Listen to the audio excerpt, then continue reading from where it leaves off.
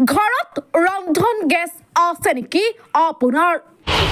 ৰন্ধন গেছ থকা সকলৰ ভাল খবৰ মাত্ৰ 500 টকাত লাভ কৰিব ৰন্ধন গেছ কোন সকলে 500 টকাত ৰন্ধন গেছ লাভ কৰিব জানিবলৈ ভিডিওটো শেয়াৰ কৰি সম্পূৰ্ণ চাওক মাত্ৰ 500 টকাত উপলব্ধ হ'ব ৰন্ধন LPG গেছ এই কথা গম পোৱাৰ পাছত গেছ এজেন্সিৰ কাৰ্যালয়ৰ বাহিৰত এক ভিৰ গোট খালে চৰকাৰী পদক্ষেপ গ্ৰহণ কৰিছে শেহতীয়াকৈ তেলেংগানাৰ বিধানসভা নিৰ্বাচন সমাপ্ত হৈছে তাতেই ক্ষমতালৈ আহিছে কংগ্ৰেছ চৰকাৰে বিধানসভা নিৰ্বাচনৰ সময়ত ইস্তাহাৰত কেইবাখনো আঁচনিৰ প্ৰতিশ্ৰুতি দিছিল ইয়াৰে এজনে 500 টকাত ৰন্ধন গেছ জনা যায় যে কংগ্ৰেছ চৰকাৰে এই প্ৰকল্পটো ৰূপায়ণৰ বাবে পদক্ষেপ গ্ৰহণ কৰিছে এই প্ৰকল্পটো ৰূপায়ণ কৰিবলৈ প্ৰায় এমাহ সময় লাগিব পাৰে আনহাতে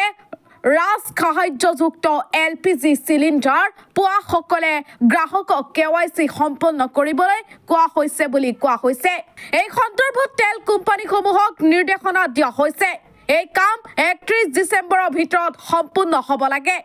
কিন্তু এতিয়া নতুন উৰাবাতৰি বিয়পি পৰিছে KYC সম্পূৰ্ণ নহলে LPG চিলিণ্ডাৰৰ ৰাজ সাহায্য নাহে বুলি উৰাবাতৰি বিয়পি পৰিছে কিছুমানে ভাবিছিল যে 500 টকাত চিলিণ্ডাৰ নাহিব ইয়াৰ বাবে গেছ খেৱা বিতৰকসকলৰ কাৰ্যালয়ৰ সন্মুখতো ভিৰ বাঢ়িছে গেছ কোম্পানীটো সমূহে এই সন্দৰ্ভত মন্তব্য কৰিছে ই KYC নকৰিলে ৰাজ সাহায্য নাপাব বুলি কোনেও কোৱা নাই বুলি কোম্পানী কেইটাই জানিবলৈ দিয়ে কিন্তু এই উৰা বাতৰি মানুহৰ মাজত বিয়পি পৰিছে